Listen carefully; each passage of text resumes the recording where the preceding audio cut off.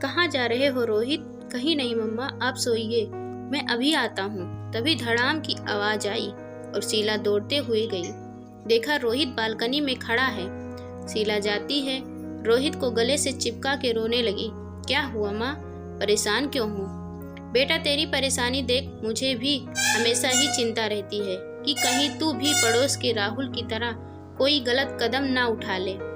ना चाहते हुए भी शीला ने अपने मन की बात कह दी। नहीं माँ, मैं इतना कायर नहीं हूँ कि जिंदगी से हार मान लूँ। मैं फिर प्रयास करूँगा। मैं अपने जीवन का सपना जरूर पूरा करूँगा। परेशान माँ आपको देख रोहित ने बोला। 4 साल से रोहित IIT की कोचिंग ले रहा था। पढ़ने में बहुत होनहार था। रोहित बचपन से ही हमेशा फर्स्ट आया था, तो लोगों की उससे उम्मीद थी कि वह IIT 12 के साथ ही क्लियर कर लेगा। रोहित भी अपना पूरा प्रयास करता था, पर 3 साल तक सक्सेस उसके हाथ न लगी और वह डिप्रेशन भी होने लगा। उनसे कोई भी NIT और प्राइवेट कॉलेज में एडमिशन लेना उचित न समझा। उसे अपनी मेहनत पर भरोसा था, पर कहते हैं ना, कभी कभी चीजें भगवान के हाथ में ही होती है। एग्जाम के समय रोहित अक्सर बीमार हो जाता या घर में कुछ और दिक्कतें आ जाती, जिससे उसकी तैयारी में कुछ कमियां रह जाती तथा किस्मत साथ न देती, जिससे रोहित को सफलता हाथ नहीं लगती। रोहित की माँ रोहित की परेशानी देख बहुत परेशान थी, इसलिए रोहित को अकेला नहीं छोड़ती थी। अब की साल उसका छोटा भाई का भी MBBS में सिलेक्शन हो गया और वह दूसरे शहर में पढ़ने चला गया। रोहित भी डिप्रेस रहता था, पर मन की बातें अपनी किसी से शेयर नहीं करता था। न कहीं अंदर से वह भी घुटता था और उसका मनोबल टूट रहा था। पर सामने से रोहित अपने को बिल्कुल मजबूत दिखाने की कोशिश करता। माँ उसकी मनोदशा को अच्छे से समझती थी।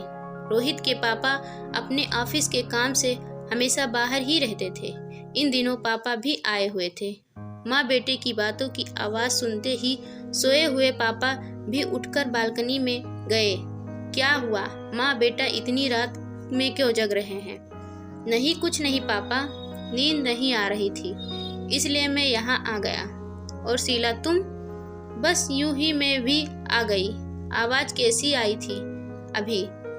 हाँ, लग रहा है किचन में कुछ गिरा है। चूहा शायद डिब्बा गिरा दिया होगा। चलो सब सो जाओ। हाँ पापा चलता हूँ, अभी बस यूं ही नींद नहीं आ रही। बेटा मैं समझता हूँ, तुम परेशान बिल्कुल मत हो। जिंदगी को एक बार और मौका दो, तुम्हें सफलता जरूर मिलेगी। पापा की इतनी विश्वासपूर्वक और मनोबल बढ़ाने वाली बातें सुन रोहित सिसकने लगा। नहीं पापा, मुझे लगता है मैं सफल नहीं होगा।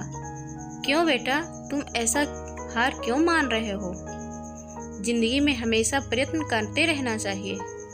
सफलता अपने से ही तुम्हारे कदम चूमेगी, और यदि या नहीं हुआ तो कोई बात नहीं, तुम कुछ और करना।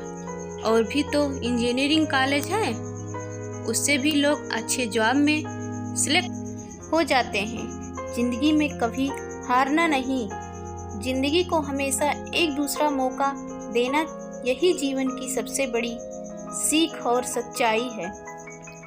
जो लोग हार के रुक जाते हैं उनको ना सफलता हाथ लगती है और ना वो खुश रहते हैं। बेटा खुशी का मूल मंत्र है जिंदगी में हमेशा आगे बढ़ते जाओ, और जो चीज़ आपके हाथ लगे उसमें ही आप खुश रहो। रोहित को समझाते हुए पापा ने बोला। जी पापा, आप सही कह रहे हैं। मेरा एक फ्रेंड अब बिजनेस करने की सोच रहा है। उसका भी 3 साल से IIT में सिलेक्शन नहीं हुआ। हाँ बेटा, उसने देखा, सही फैसला किया। उसने अपनी जिंदगी को दूसरा मौका दिया। ठीक है, तुम मेहनत तो कर रहे हो, दूसरे क्षेत्र में मेहनत करो, क्या पता तुम्हारी सफलता वहीं पर हो। जी पापा, कहकर रोहित मुस्कुरा दिया और सब लोग साथ में सोने के लिए चले गए।